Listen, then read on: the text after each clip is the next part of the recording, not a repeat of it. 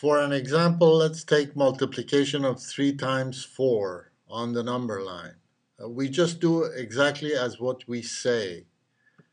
3 times 4, that means we take steps of length 4 and we do that 3 times. So 1, 2, 3 times. And where we end up, that's the result of multiplying 3 times 4. And when you look at the beautiful picture here, what you see is that you have almost all the factorings of the number 12. So this is 1 times 12, and this is 3 times 4, and this would be 2 times 6. So I'm sorry, 6 times 2. You're taking steps of 2, you're doing it 6 times. And by the way, 6 times 2 has a different picture than 2 times 6. This is taking steps of 6, doing it 2 times. And of course, you can complete this picture. Now, just as multiplication means adding the same number over and over again, division must mean subtracting the same number over and over again.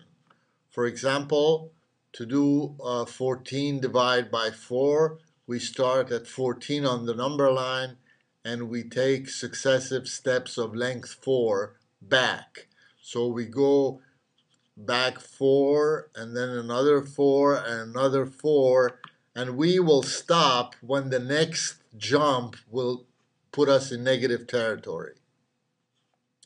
So in this particular case, we can go back 3 times, and then we will have to stop at 2.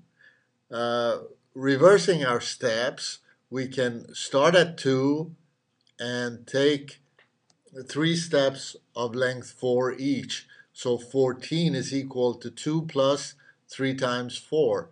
Now this is a very significant equation. It's called the Euclidean algorithm, and it's equally true for polynomials.